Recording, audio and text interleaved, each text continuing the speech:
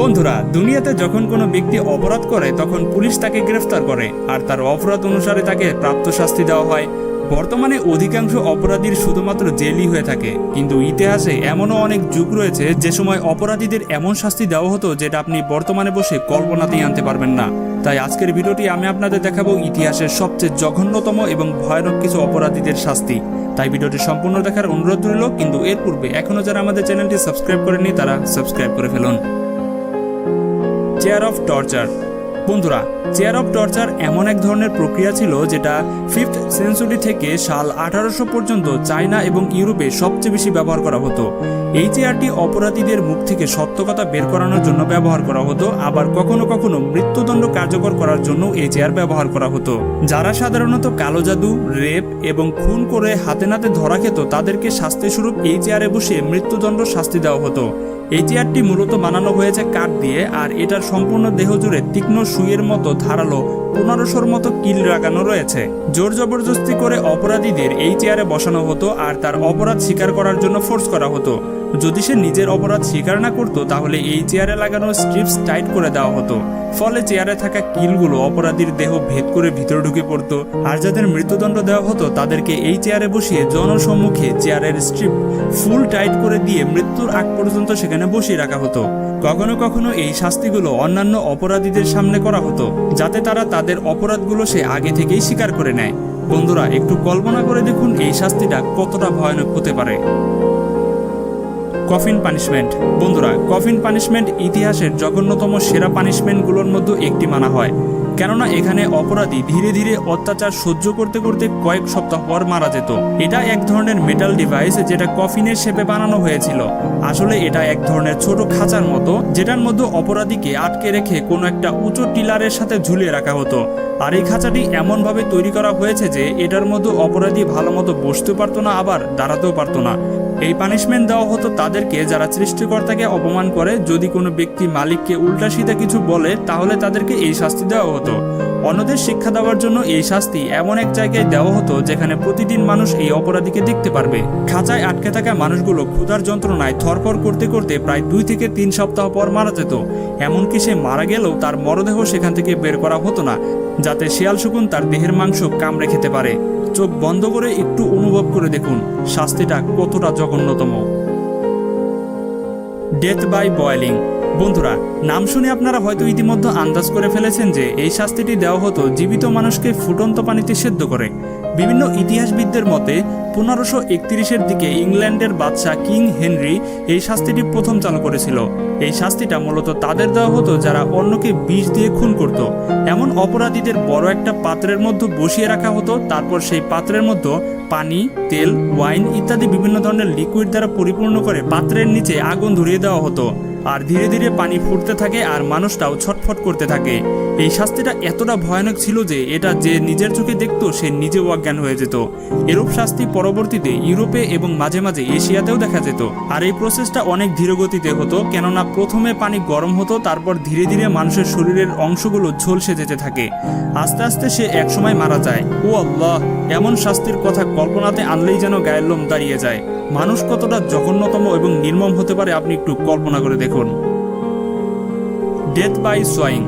বন্ধুরা, যদি আমরা করাতের কথা বলতে যাই তাহলে এটা বড় বড় গাছ কাটার জন্য ব্যবহার করা হয়, কিন্তু আপনি বিশ্বাস করবেন কিনা জানি না, ইতিহাসে এমনও শাস্তি রয়েছে যেখানে এই করাত দিয়ে মানুষগুলোকে জীবন্ত 2 টুকরো করা হতো। এই শাস্তি দেওয়ার জন্য প্রথমে অপরাধীকে উল্টোভাবে ঝুলিয়ে 2 জন জল্লাদ মিলে 2 রানের চিপা থেকে কেটে 2 টুকরো করে ফেলা হতো। এই শাস্তিটা এতটাই ভয়ঙ্কর ছিল যে এটা কল্পনা করলেই হাত পা ঠান্ডা হয়ে যায়। ঐতিহাসিকদের মতে এই শাস্তি শুরু হয়েছিল এনসেন্ট ইরানে, তারপর এই টেকনিকটি সম্পূর্ণ দুনিয়াতে বিভিন্ন অপরাধীদের শাস্তি স্বরূপ ব্যবহার করা হয়। এই মেথডের সবচেয়ে বেশি ব্যবহার হয় ইউরোপে। এই মেথডে লাস্ট 1848 সালে ইউরোপের হাঙ্গেরিতে ব্যবহার করা হয়েছিল। সে সময় হাঙ্গেরির অনেক অপরাধীকে এরকম শাস্তি দেওয়া কমন একটা বিষয় ছিল। হেড ক্রোশার। বন্ধুরা, এখন যে টর্চার ডিভাইসটি আপনারা দেখতে পাচ্ছেন এটাকে হেড ক্রুশার বলা হতো। এই টেকনিকটি রোমান এম্পায়াররা তাদের শত্রুদের মুখ থেকে তথ্য বের করার জন্য ব্যবহার করে। পাশাপাশি এই টেকনিকটি মৃত্যুদণ্ড দেওয়ার ক্ষেত্রে ব্যবহার করা হয়। আসলে ক্যাথলিক মাযহাবের পাদ্রী তাদের ধর্মের লোকদের ইবাদত করার জন্য ফোর্স করত। যদি কেউ তাদের কথা না মানত তাহলে এই টর্চার ডিভাইসটি দিয়ে শাস্তি দেওয়া হয়। এই হেড ক্রুশার স্পেন এবং পর্তুগালের পাদ্রীরা বেশি ব্যবহার করত। যারা সাধারণত বৈজ্ঞানিক ব্যাখ্যা দিত এবং জাদুটনা করত তাদেরকে এই শাস্তি বেশি দেওয়া হয়। এই ডিভাইসটি মেটাল দিয়ে তৈরি করা হয়েছিল। এটার মধ্যে অপরাধীকে বসিয়ে তার মাথা এটার সাথে আটকে এটার উপরে স্ক্রু টাইট করা হতো। এই টেকনিকটি এতটাই পেইনফুল ছিল যে যারা এই শাস্তির সম্মুখীন হয়েছে তারা অধিকাংশরাই তাদের গোপন তথ্য দিয়ে দিয়েছে। আর যাদেরকে মৃত্যুদণ্ড দেওয়া হতো তাদের ক্ষেত্রে স্ক্রু ততক্ষণ পর্যন্ত টাইট করা হতো যতক্ষণ না ব্যক্তিটির মৃত্যু হয়। ইতিহাসবিদদের মতে 1400 সাল পর্যন্ত এই শাস্তির ব্যবহার হতো। সত্যি অনেক পেইনফুল একটা শাস্তি। Spanish donkey. বন্ধুরা, 1860 সালের দিকে যখন আমেরিকায় 7 ওয়ার চলছিল তখন আমেরিকান ইউনিয়ন গার্ড আটকে পড়া যোদ্ধাদের এক অদ্ভুত প্রক্রিয়ায় শাস্তি দিত। তাদেরকে শাস্তি দেওয়ার এই জিনিসটার নাম ছিল উডেন ডঙ্কি বা স্প্যানিশ ডঙ্কি। এটা কয়েক ফুট লম্বা কাঠ দিয়ে তৈরি করা ডিভাইস ছিল। এই ডিভাইসটির উপরের অংশে ধারালো তীক্ষ্ণ কিল লাগানো থাকতো। এটার ডিজাইন এমনভাবেই তৈরি করা হয়েছে যাতে শত্রুদের যথেষ্ট পরিমাণে শাস্তি দেওয়া যেতে পারে। শত্রু যোদ্ধাদের এটার উপরে বসিয়ে তার দুই পায়ে ওজন সমৃদ্ধ পাথর লাগিয়ে দেওয়া হতো যাতে ধারালো তীক্ষ্ণ কিলগুলো তার দেহে বিঁধে যায়। সাধারণত এই শাস্তিটি একাধারে 9 ঘন্টা দিত। আর সে এই শাস্তিটি ঠিকঠাক মতো পাচ্ছে কিনা সেটা দেখার জন্য 2 জন সিকিউরিটি গার্ড সেখানে রাখা হতো। অনেক ইতিহাসবিদদের মন্তব্যে জানা যায় এই প্রক্রিয়াটি শুধুমাত্র শাস্তি না, কখনো কখনো মৃত্যুদণ্ডের জন্য ব্যবহার করা হয়। আর যাদেরকে এই শাস্তিটি দিনে 2 ঘন্টাও দেওয়া হতো তারা আর ভালো মতো কখনো চলাফেরাই করতে পারতো না। সত্যি এরকম শাস্তি কিভাবে যে তারা উদ্ভব করলো সেটা ভাবলে গায়ে কাঁটা দিয়ে ওঠে। ইম্পাল্ট। বন্ধুরা, ইম্পালমেন্ট হলো শাস্তি দেওয়ার এমন একটি প্রক্রিয়া যেখানে অপরাধীদের অনেক জঘন্যভাবে মৃত্যুদণ্ড দেওয়া হতো। এই শাস্তি দেওয়ার প্রক্রিয়াটি 1772-এর দিকে শুরু হয়েছিল। এই শাস্তি দেওয়ার প্রক্রিয়াটি এনসিয়েন্ট ইজিপ্টে বেশি দেওয়া হতো। এই শাস্তি দেওয়ার জন্য প্রথমে একটা পেন্সিলকে তীক্ষ্ণ ধারালো বানানো হতো। তারপর সেটা মাটির ভেতরে পুঁতে তীক্ষ্ণ অংশে গ্রিজ লাগিয়ে সোজা করে রাখা হতো। এরপর অপরাধীকে এটার উপর বসিয়ে দেওয়া হতো এবং আস্তে আস্তে সেই তীক্ষ্ণ অংশটুকু অপরাধীদের সম্পূর্ণ শরীর ভেদ করে ঢুকে যেত। আর কিছুক্ষণ পর সে মারা যেত। কয়েক শতক আগেও এই শাস্তিটি তাদের দেওয়া হতো যারা তাদের মালিকের হুকুম মানত না। লিংচি। বন্ধুরা, চায়নার ভেতরের বিশ্বাসঘাতক মানুষগুলোকে এমন শাস্তি দেওয়া হতো যেটা সে সময় শত্রুপক্ষ কেউ দিত না।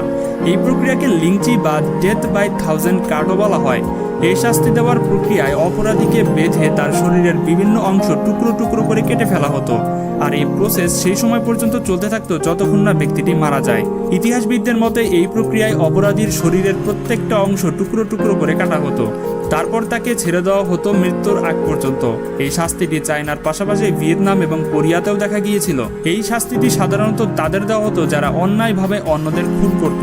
এখনো যারা আমাদের চ্যানেলটি সাবস্ক্রাইব করেননি তারা সাবস্ক্রাইব করে ফেলুন। তো দেখা হচ্ছে পরবর্তী পর্বে। আজকের মতো এখানে বিদায়। আল্লাহ হাফেজ।